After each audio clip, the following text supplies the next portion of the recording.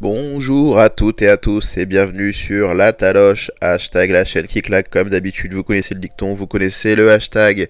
Aujourd'hui on va parler de WWE NXT en direct du Performance Center de la WWE qui a eu lieu le 11 mars, c'est parti. Premier point qui est un bon point, comme je l'ai dit, NXT était au Performance Center cette semaine. Il me semble pas que ce soit dû au coronavirus directement, mais ça avait été annoncé il y a déjà un petit moment. Donc du coup, NXT en direct du Performance Center, une arène beaucoup plus petite forcément que le Full Sail, mais quand même très bien animée. Il y avait beaucoup de gens dans le public, je dirais une bonne centaine, quelque chose comme ça, mais il faisait beaucoup de bruit. Donc du coup, on n'a pas du tout vu la différence comparé au Full Sail University. Mais c'était quand même un très bon point que j'ai envie de souligner parce que moi j'adore ce genre d'arène où le public déjà est très chaud. C'est le public qui est très important pour moi dans le monde du catch. Et voilà, l'arène a été bien adaptée, ça va servir tout le long de ce show avec Johnny Gargano et Tommaso Ciampa notamment. Et voilà, j'ai vraiment beaucoup apprécié. On a aussi une petite rumeur, je ne sais pas si c'est annoncé officiellement, peut-être qu'à l'heure où vous écoutez cette vidéo ça va être annoncé officiellement, mais SmackDown qui va peut-être être annulé cette semaine va peut-être lui aussi également être tourné au Performance Center, donc du coup avec beaucoup moins de public. Ça par contre c'est dû au coronavirus, donc du coup peut-être qu'il pourrait faire un show au Performance Center, ça pourrait être très très sympathique.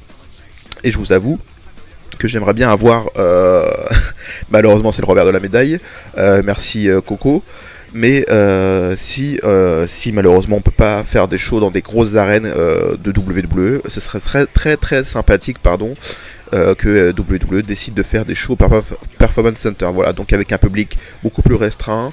Peut-être que SmackDown et Raw peuvent se permettre de faire quelques shows du côté du Performance Center. Je sais que ça va sans doute faire très très mal au portefeuille, mais peut-être que le public sera beaucoup plus chaud durant ces shows justement, et peut-être que ça pourra faire du bien, un petit peu de renouveau, voilà, du côté de SmackDown et Raw avec cette nouvelle arène. Ce serait très très sympathique, mais pour l'instant c'est juste que mon délire personnel, rien n'est annoncé officiellement. Deuxième point, et on commence réellement le show, c'est un bon point, c'est l'opener tout simplement avec le titre nord-américain. Keith Lee a conservé son titre contre Cameron Grimes dans un très très bon match de catcheurs qui ont un gabarit plutôt différent, une bonne alchimie entre les deux quand même. Bien sûr, hein, je rappelle que ces critiques-là ne sont pas pour vous rappeler ce qui s'est passé match par match, mais juste les faits qui, moi, m'ont plu et que je trouve important à souligner. Donc du coup, je vais pas vous parler du match en lui-même, même si je vous invite à aller vraiment le voir parce que c'était un très bon match. Keith Lee qui conserve son titre logiquement, on va dire, hein. Je pense pas du tout que quelqu'un avait misé une pièce sur Cameron Grimes, mais voilà, juste après le match on a Damian Priest qui arrive par derrière Keith Lee et qui le frappe avec cette canne qu'il a déjà frappé d'ailleurs Dominik Dijakovic la semaine dernière dans le genou. Donc du coup voilà, il l'attaque et très rapidement justement Dominik Dijakovic arrive pour le faire fuir. Donc du coup Damian Priest qui fuit Dominik Dijakovic sur le ring, il prend la ceinture nord-américaine pour un petit peu voilà, se dire qu'il a envie d'être le prochain champion. Et à ce moment-là, Keith Lee qui est en train de se relever le prend directement pour un Spirit Bomb et s'en va avec sa ceinture un petit peu énervé. Donc voilà, on a un petit peu plus d'attitude du côté de Keith Lee, Dominik Dijakovic. Je pense pas que ça va être une confrontation directement face contre face dans le plus grand des respects. Damian Priest va sans doute vraiment se mêler à ce programme et ça va vraiment me plaire, pardon. Donc j'ai hâte de voir ce qui va se passer autour du titre nord-américain. Troisième point qui est un bon point également, pour ça j'ai un petit peu triché, j'ai pris deux parties du show pour en faire qu'un seul, c'est les qualifs tout simplement, les qualifs pour le ladder match qui va avoir lieu à NXT TakeOver Tampa Bay, si il a toujours lieu, lui également. Donc voilà, on va avoir un match féminin qui va déterminer la prochaine challengeuse au titre d'aide NXT, qui lui sera défendu à WrestleMania s'il a toujours lieu. Donc du coup voilà, premier match, on a eu Mia Yim contre Dakota Kai. Un match assez honnête, Dakota Kai qui n'a pas changé tant que ça son style de catch depuis qu'elle a fait un heel turn. Donc voilà, c'est toujours Team Kick. Je suis un petit peu pas étonné, ça m'a surpris, peut-être dans le bon sens, je sais pas trop quoi en penser, je vous avoue. Mais voilà, Mia Yim a réussi quand même à gagner ce match avec un codebreaker ou avec One Knee, appelez-le comme vous voulez, mais en gros c'est un codebreaker. Sur Dakota Kai, tout simplement. Donc du coup Mia Yim se qualifie, Dakota Kai malheureusement ne se qualifie pas. Et juste après le match, on a Raquel Gonzalez qui porte son magnifique bombe, power bomb, shock slam bomb, je ne sais plus comment on l'appelle, je n'ai pas fait attention s'ils lui ont donné un nom durant ce show, sur Mia Yim. Voilà, elle le porte son magnifique power bomb. sur Miaim avant de partir avec Dakota Kai qui est un petit peu dégoûté. Troisième point toujours, et c'est Tegan Nox qui a affronté Deonna Purrazzo. Malheureusement c'était un match très rapide, Deonna Purrazzo a perdu contre Tegan Nox, donc Tegan Nox se qualifie. Un petit peu étonné que Tegan Nox se qualifie et pas Dakota Kai. Est-ce que ça signifie que leur programme entre elles deux est terminé, pardon.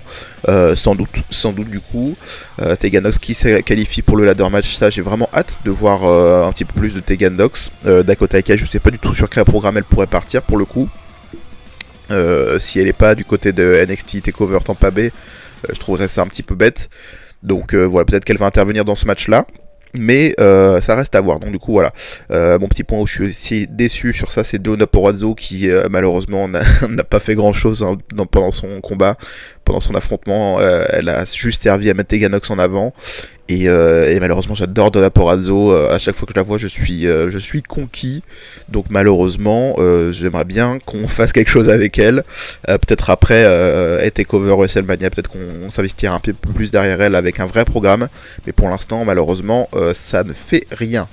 Quatrième point qui est un bon point, c'est Velveteen Dream l'intelligent, Velveteen Dream qui est intervenu, il y a les Undisputed Era qui sont venus, donc du coup au complet, pour le match de championnat qui va avoir lieu. Donc ça va être Matt Riddle contre Pete Dunne pardon, contre Kyle O'Reilly et Bobby Fish toujours pour représenter les tag teams de Undisputed Era. Mais du coup quand Undisputed Era est arrivé, Velveteen Dream lui aussi a fait son apparition sur le petit balcon qui est au-dessus de la table des commentateurs. Et il a fait une petite promo que j'ai trouvé très très intelligente. Donc du coup Velveteen Dream il explique qu'il n'a jamais rien eu contre Roderick Strong et contre sa famille d'ailleurs, et que c'était juste un plan qu'il avait pour pouvoir viser le titre NXT d'Adam Cole plus rapidement. J'ai trouvé ça très très intelligent, très très bien fait. C'est une promo que je vous invite à aller voir, peut-être que vous allez trouver ça facile, mais moi j'ai trouvé ça très très intelligent. Donc du coup voilà, il explique tout simplement qu'il avait rien contre Strong ou sa famille, mais qu'il voulait juste viser le titre NXT un petit peu plus rapidement. Donc du coup il fallait forcément passer par le coéquipier d'Adam Cole pour en venir jusque là. Suite à ça, on a du coup le match entre Matt Riddle et Pete Dunne, les Brotherweight, les champions NXT par équipe, qui affrontent du coup Kyle O'Reilly et Bobby Fish, les Undisputed Era. Un match qui était avéré très très sympathique. Que je vous invite également à aller voir. Il y a les Grizzly Young Veterans qui sont intervenus pour distraire les Brotherweight pendant le match. Malheureusement pour eux, ça n'a pas réussi, et les Brotherweight ont réussi à contrer l'attaque de ces deux gaillards anglais, et ont réussi ensuite à porter leur finish pour remporter la victoire et du coup conserver leur titre par équipe. Au vu de ce programme, je ne sais pas si Undisputed Era, même si je pense que oui, vont rester dans ce programme autour des titres par équipe, parce que les Grizzly Young Veterans sont quand même beaucoup plus mis en avant que les Undisputed Era.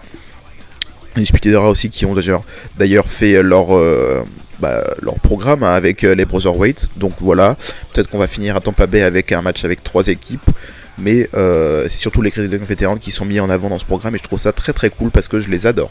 Cinquième point, et qui est un bon point également, on a eu que des bons points il me semble pendant ce NXT.